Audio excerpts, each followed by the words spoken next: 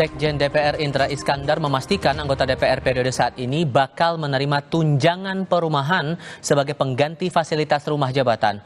Menurutnya, peralihan fasilitas jadi tunjangan diputuskan lantaran biaya perawatan rumah jabatan tidak ekonomis. Sementara untuk kisaran tunjangan per bulannya masih dikaji untuk menyesuaikan biaya sewa rumah di sekitar pusat Jakarta. Indra menambahkan setelah 24 September 2024, rumah jabatan dikembalikan kepada Kemenko dan Kemensesnek.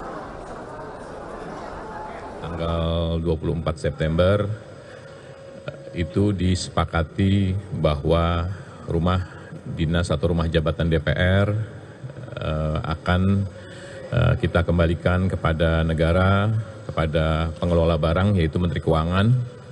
DPR hanya sebagai pengguna barang.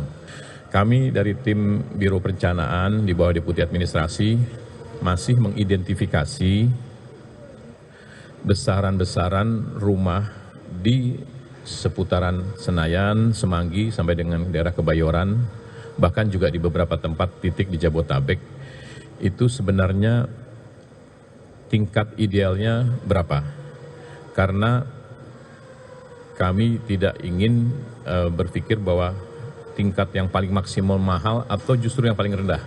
Kita ingin yang paling realistis, rumah hunian yang sangat layak dengan 3 kamar itu rate-nya berapa?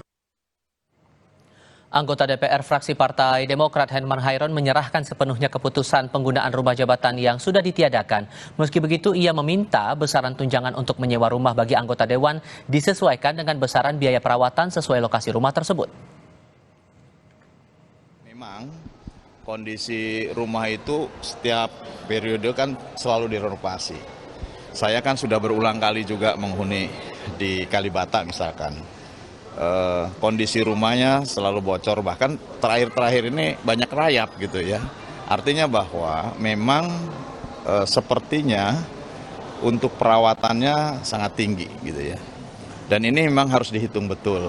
Apakah melanjutkan menghuni rumah dinas ataukah memang dikonversi sekali lagi dengan nilai yang pantas, yang realistis sesuai dengan wilayahnya.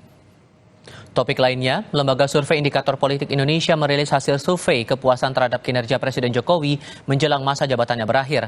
Tingkat kepuasan publik terhadap Jokowi di angka 75%. Survei dilakukan dalam periode 22 hingga 29 September 2024 dengan responden 1.200 warga.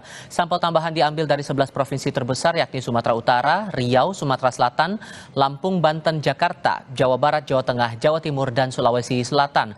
Namun berdasarkan data ada penurunan jumlah dari angka 82% dalam survei Juli 2024 menjadi 75% dalam September 2024. Hasil survei indikator politik menunjukkan 15,04% responden sangat puas, 59,92% cukup puas, 20,21% kurang puas, 4,23% tidak puas sama sekali, dan 0,6% tidak tahu. Serangkaian ledakan mengguncang pinggiran selatan Beirut sejak Kamis malam hingga Jumat pagi. Lengkapnya usai jeda berikut.